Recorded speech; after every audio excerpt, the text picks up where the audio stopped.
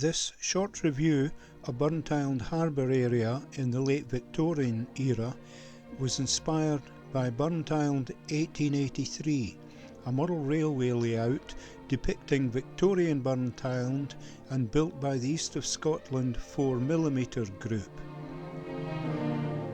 This model has travelled the length of Britain and in Europe, picking up many awards on the way. All of the main buildings and features within the harbour area have been modelled as accurately as possible. All scenic items, locomotives and virtually all rolling stock have been scratch built by club members.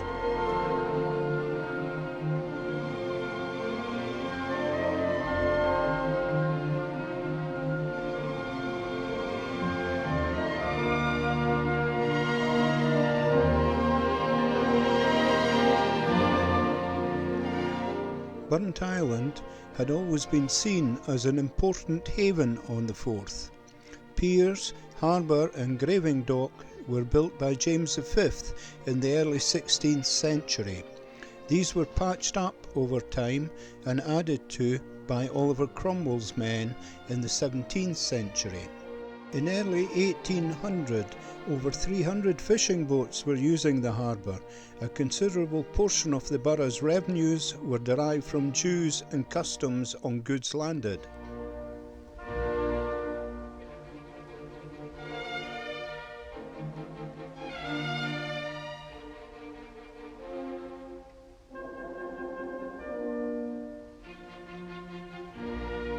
For centuries, the principal ferry crossing to Fife from Edinburgh was Leith to Petticoat, and although the Petticoat Way was more convenient as a road terminus, the Burntisland Sea Passage was less exposed and consequently early rival to Petticoat. In the 1793 statistical account, Burntisland ferries consisted of 3 large stout boats and a small one that goes out at half tide. They cross every day when passengers appear.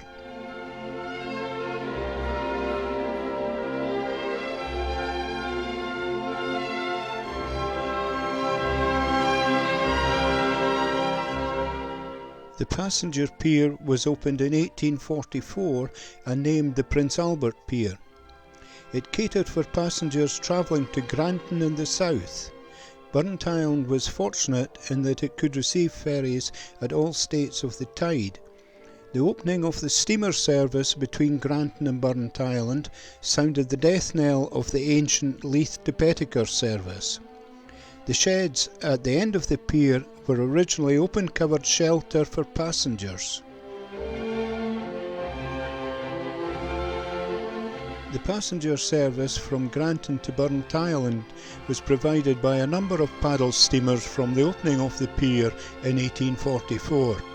The 2 steamers that primarily provided the service at the time of our layout were the William Muir and the John Stirling.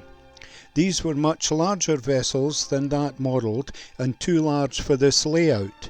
The ship modelled here is the Thane of Fife, which was an earlier vessel built for the Forth crossing. Pictured here is the William Muir. She was built by J. K. & Son in Kinghorn, specifically for the Granton-Burntisland run.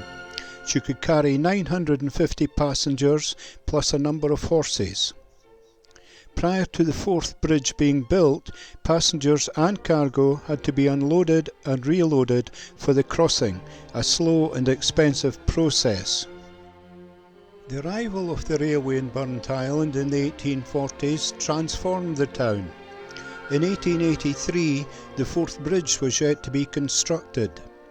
Burntisland was a terminus station with passengers travelling onwards to Edinburgh in the south using passenger ferries.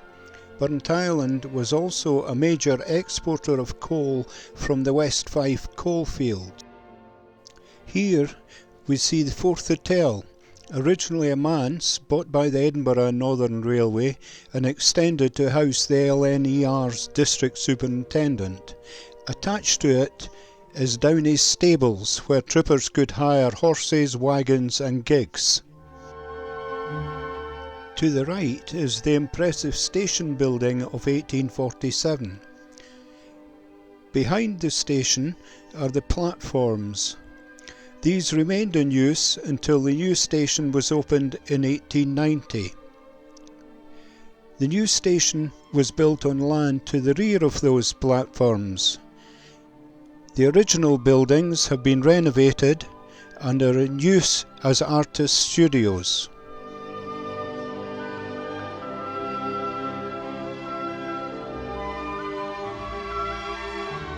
The expensive and time-consuming problem of having to load, empty and reload wagons was solved by engineer Thomas Bouch.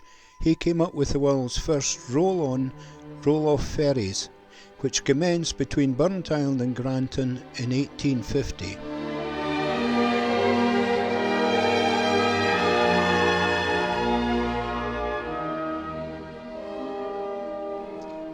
Access to the ferries was via a massive flying bridge, which could be raised or lowered according to the state of the tide. An adjustable span provided the final link to the ferry.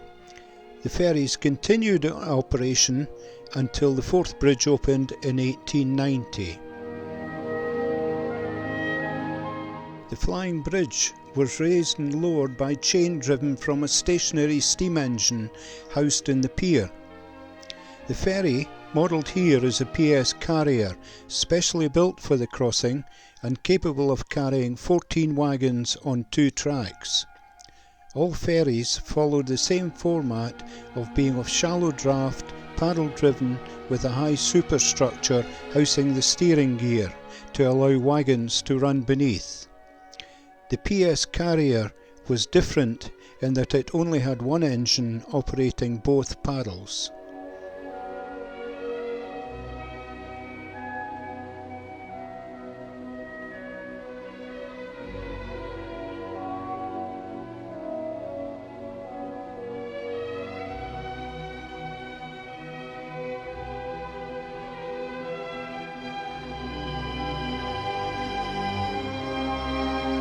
Until the opening of the docks at Methil in the 1890s, Burntisland dominated the export of coal from the 5 coal fields. Hydraulic coal hoists, the first in Scotland, were introduced with the opening of the West Dock in 1873. These lifted the whole wagon loaded with coal and emptied it into waiting ships. Initially there were 2 hoists, this was later increased to 4. A single hoist could load 1,000 tons of coal a day. They stood 30 feet high and could lift 14 tons at a time. Power was supplied from the hydraulic powerhouse.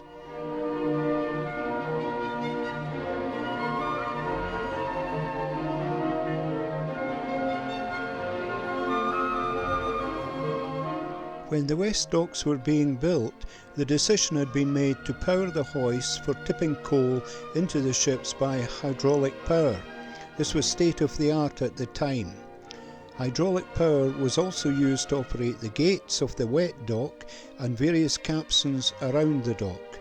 The powerhouse could generate pressure of 800 pounds per square inch.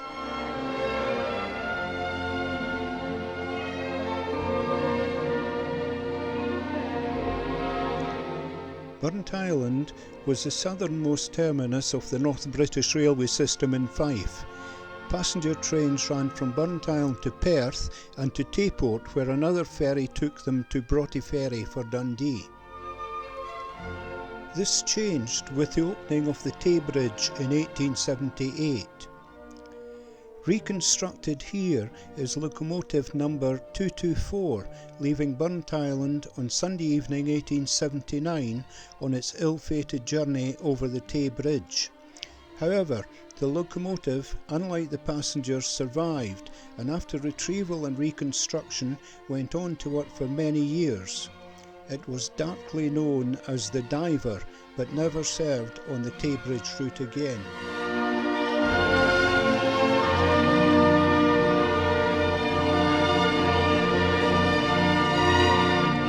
The railway opened up Burntisland and trade vastly improved with thousands of visitors. Opportunities to learn new skills and craftsmanship arose in a cutting-edge modern industry. The population of the town increased from 2,166 in 1831 to over 6,000 by 1883.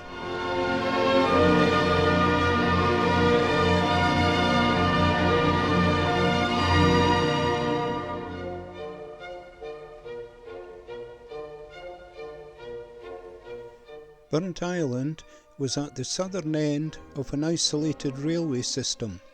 This meant that it had to be self-sufficient. It required engine works and engine sheds. It had the capability to build its own engines. The running shed was a roundhouse with a striking conical roof. At the centre was a turntable allowing engines to be moved around and into working bays. Adjoining buildings housed forges, blacksmiths, boilermakers, springsmiths, joiners, everything necessary to make and repair locomotives.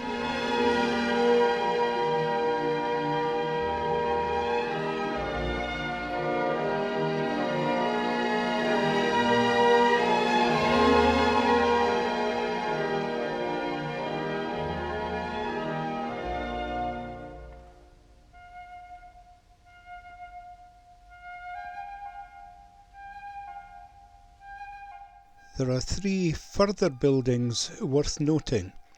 The first building had been used for some time as a fever hospital or isolation building for the town. This building has since been demolished. The next building is the abattoir.